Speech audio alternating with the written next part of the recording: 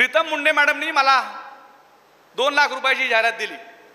मला तर 3 महिन्याला GST द्यावा लागतो. 3 महिन्याला GST भरावा लागतो. प्रीतम मुंडे मॅडमचं मी उदाहरण सांगतो. प्रीतम मुंडे मॅडमचं बिल मला मिळणार 2 वर्षाला. मी काय करायचं तोपर्यंत? त्यांचं GST भरून तर मी मोकळा झालो. काय करायचं मी? आम्ही सरकारला सांगितलं की या स्वरूपाचे जे विषय तुम्ही माध्यमाला वर्तमानपत्राला GST लावता कशाला? जी सगळ्या समाजाचं काम करतायत त्याला GST मधनं सूट द्या. अनेक माध्यम समूहाचे छोट्या छोट्या बीडमधल्या नांदेडमधल्या जे अत्यंत छोटे छोटे दैनिक आहेत जिथं 4-5 माणसं काम करतात त्यांचा GST नंबर कॅन्सल केला. अत्यंत गंभीर स्वरूपामधनं आपण एका अशा थीममधनं सध्या जात आहोत जे नदवी सरांनी सांगितलं किंवा राऊत दिल्लीमध्ये त्यांच्या भाषणामध्ये बोलले. आपल्याला लक्षात येत नाही की आपल्यावर काय काय हॅमरिंग केलं जाते.